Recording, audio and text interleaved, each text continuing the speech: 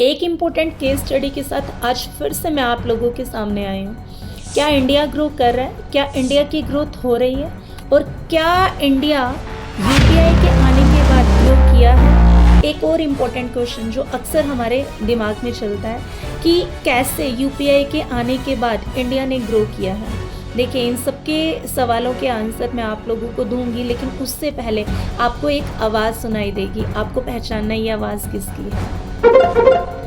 जी, बिल्कुल सही सुना आपने। ये हम लोग कहाँ सुनते हैं? जब हम लोग किसी शोरूम में जाते हैं, किसी पान वाले की दुकान पे जाते हैं, सब्जी वाले की दुकान पे जाते हैं। आजकल तो मूंगफली का इतना अभी सीज़न में है, तो जब हम वहाँ लेने जाते हैं हॉकर के पास, वहाँ पे भी हमें ये आवाज़ सुनाई देती है। और लेडीज़ जहाँ पे हम बुटीक में जाते हैं, तो आजकल बुटीक पे भी हमें ये आवाज़ सुनाई देती है। बेसिकली ये आवाज़ जो है, this is the theme of the UPI. अब यूपीआई की फुल फॉर्म क्या है? यूपीआई की फुल फॉर्म है यूनिफाइड पेमेंट इंटरफेस। यूपीआई करता क्या है, इसको समझना बहुत इंपॉर्टेंट है। कि यूपीआई अपने यूज़र को अलो करता है एक बैंक अकाउंट से दूसरे बैंक अकाउंट में इंस्टेंटली मनी ट्रांसफ़र करने के लिए, एकदम से मनी को ट्रांसफ़र करने के लिए। अब यूपीआई का जो ये कंसेप्ट था, ये डेवलप किसने किया था? कौन इस कंसेप्ट को लाया? ये जानना भी बहुत इंपॉर्टेंट है। तो ये कंसेप्ट लाया गया था NPCI. NPCI means the national payment corporation of India. So national payment corporation of India ने एक चीज़ जो है वो ये इम्पोर्टेंट कर दी कि यूपीआई जो है, ये किसी जब भी हम पेमेंट करेंगे यूपीआई से, तो यूपीआई बैंक अकाउंट से लिंक होगा। यूपीआई बैंक अकाउंट से लिंक होगा, दैट मीन्स कि किसी भी यूज़र का बैंक में अकाउंट होना मैंडेटरी है। अब एक इम्पॉर्टेंट चीज़ देखिए, कैसे यूपीआई ने इंडिया की ग्रोथ में 4 चांद लगा दिए हैं। How UPI help to grow India, ये समझना बहुत इंपॉर्टेंट है। बेसिकली यही हमें एडवांटेज बताएगी यूपीआई की।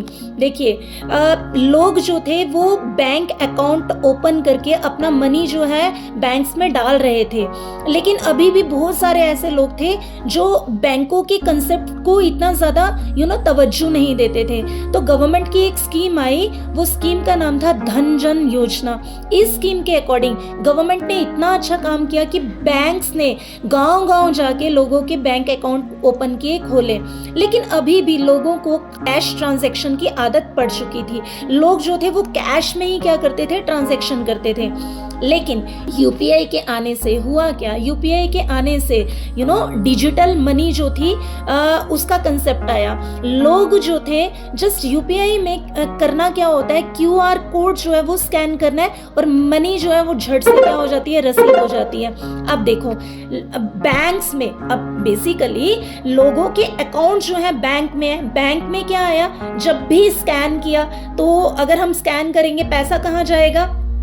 पैसा जाएगा अकाउंट में। तो जी, बैंकों के पास ना मनी जो था वो काफ़ी ज़्यादा हो गया। मतलब मनी का सप्लाई जो है इस यूपीआई के आने से काफ़ी ज़्यादा हो गया। और हमने समझा हुआ है कि मनी सप्लाई जो है वो अगर इकॉनमी में हो तो इकॉनमी के लिए एक बहुत ही अच्छी सिचुएशन बन जाती है। हाँ, इसके डिसएडवांटेज भी है जो कि आरबीआई कंट्रोल करता है, बट आज का हमारा ये कंसेप्ट नहीं है कि मनी सप्लाई को कंट्रोल कैसे किया जाए। तो देखिए, मनी जो है वो बैंकों में आना स्टार्ट हो गई। अब बैंक्स ने क्या किया? बैंक्स ने लोन देना लोगों को काफ़ी ज़्यादा, मतलब नॉमिनल रेट्स के ऊपर इंटरेस्ट देना लोगों को स्टार्ट कर दिया।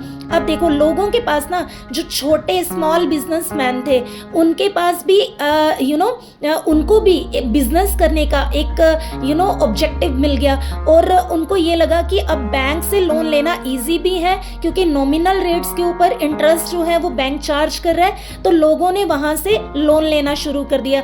जब लोन लेना स्टार्ट किया तो स्मॉल बिजनेस जो है वो कैसे ग्रो किए, देखिए एक एग्जांपल से समझते हैं। पहले हमारे इंडिया का जो बेसिक स्ट्रक्चर था वो क्या था कि हम हैंडीक्राफ्ट के ऊपर काफ़ी ज़्यादा डिपेंड थे। तो गांव में, विलेजेस के अंदर लोग जो हैं काफ़ी स्किल्ड होते हैं। उन्होंने हाथ से जो चीज़ें बनाते थे वो बाहर बेचते थे। लेकिन कैश के कारण, कैश ट्रांजैक्शन के कारण उनके लिए ये थोड़ा मुश्किल भी होता था कि शहर शहर जाना। लेकिन जैसे ही यूपीआई आया तो लोगों के लिए, गांव के बिजनेस, छोटे बिजनेसमैन के लिए ये एक बहुत अच्छी अपॉर्चुनिटी थी। कैसे कि अगर सपोज कीजिए हम यहाँ पे पंजाबी जुत्ती बनाते हैं, है ना, कितना अच्छा कंसेप्ट है, पंजाबी जुत्ती बनाते हैं, तो उसके रॉ मटेरियल के लिए मुझे जम्मू जाना है। लेकिन यूपीआई के आने से क्या हुआ कि मेरे को क्या करना पड़ेगा, मेरे को जस्ट ऑर्डर देना है, मेरा सामान जो है वो थ्रू ट्रांसपोर्टेशन तो आ जाएगा। और दूसरा क्या होगा, मैं फटाफट से मनी को क्या करूँगी, मुझे जाने की ज़रूरत नहीं है, मैं ऑनलाइन क्या कर दूँगी, पेमेंट कर दूँगी। तो ऐसे बहुत सारी चीज़ें जो हैं यूपीआई के आने से सॉर्ट हुई।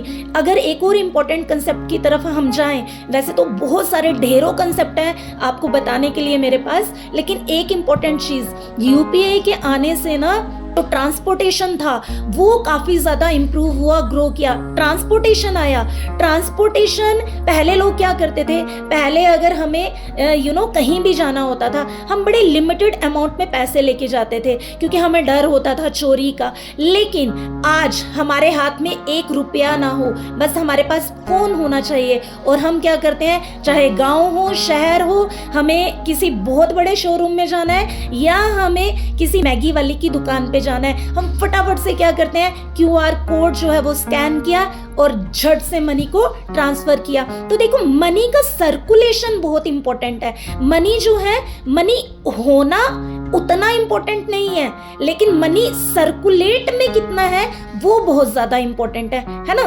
तो देखो इस यूपीआई के आने से इंडिया ने ग्रो किया है और बहुत सारी ऐसी कंट्रीज हैं जो इस कंसेप्ट को, जो हमारा यूपीआई कंसेप्ट जो हमने डेवलप किया है, उस कंसेप्ट को अडॉप्ट करना चाहती हैं। ऐसी कौन सी कंट्रीज जो हैं वो इसमें इंक्लूडेड हैं?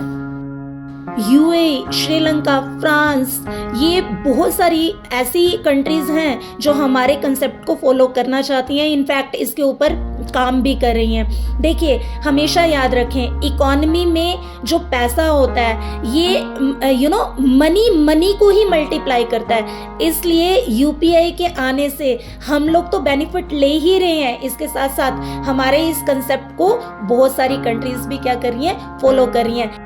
एक और इम्पोर्टेंट कंसेप्ट मैं आपको बताना चाहती हूँ कि 1 persons income is another persons expenditure. तो कितना इम्पोर्टेंट था ना ये कंसेप्ट समझना। होप कि आपने एंजॉय किया इस वीडियो को। Do share, like and subscribe the channel. Thank you so much.